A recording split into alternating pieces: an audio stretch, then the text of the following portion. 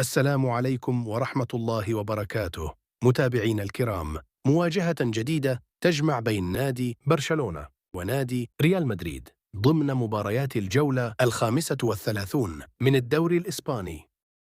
ستقام المباراة يوم الأحد بتاريخ 2025 5/11 ميلادي. ستنطلق صافرة حكم المباراة 12:15 مساء بتوقيت المغرب، وموريتانيا 13:15 مساء بتوقيت الجزائر، وتونس 4:15 مساء بتوقيت مصر، ليبيا والسودان 5:15 مساء بتوقيت اليمن، السعودية، العراق، سوريا، فلسطين، لبنان، الأردن، الكويت، قطر، البحرين 6:15 مساء بتوقيت عمان والإمارات. ستقام المباراة على ملعب استاد مونتجويك.